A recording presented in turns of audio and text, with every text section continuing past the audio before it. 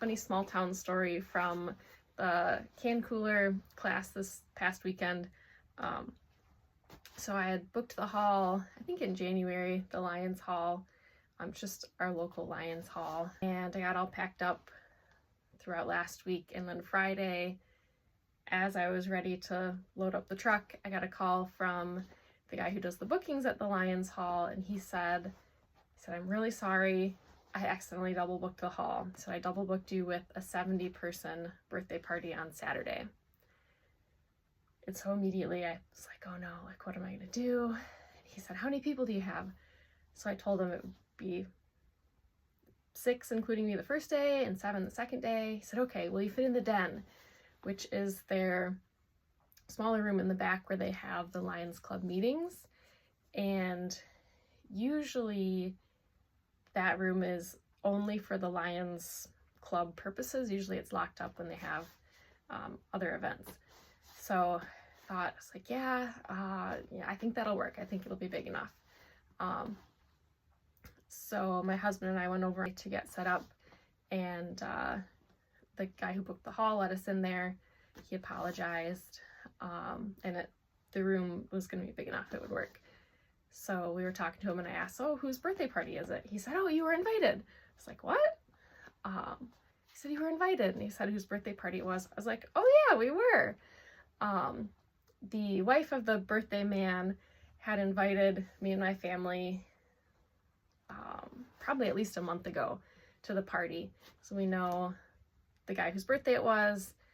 He used to work on the ferry. My husband knows him through hunting. And then the wife, the one who's throwing the birthday party, was in the delivery room. She was a nurse. She was in the delivery room when I gave birth to my firstborn. And then also my husband went to school with their son. So we have multiple connections to their family. So we were invited to the party, and I had declined. I said, I'm sorry, we can't come. I'm teaching a first sewing class that weekend.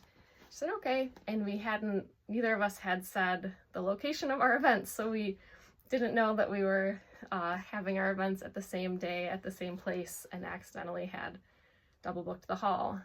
The guy who was in charge of bookings said that he had 2 separate calendars and didn't cross-check them.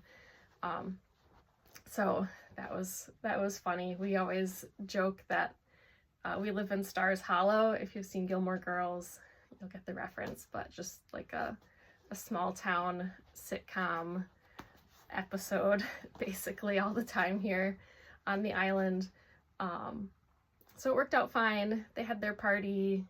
We had the class in the smaller back room, which also has a really cool kind of a lodgy vibe. So it was a cool place for the class. And then after the class, once we finished up, I went and joined the party. So that was fun too. Got to hang out with everybody and relax after the class. So I'm almost done getting everything unpacked from that. And then I do have 2 spots left open for the mitten class at the end of May. If you want to sign up, you can go to my website to sign up. Let me know if you have any questions. We're going to be making gauntlet mittens with lanyard, and we'll do a lot of hand sewing, and then everyone will also have time to sew on the first sewing machine to try and get the hang of it. And if we're lucky, the inexpensive first sewing machine that I ordered from Alibaba will be here by then, so we might even have 2 sewing machines to use. And then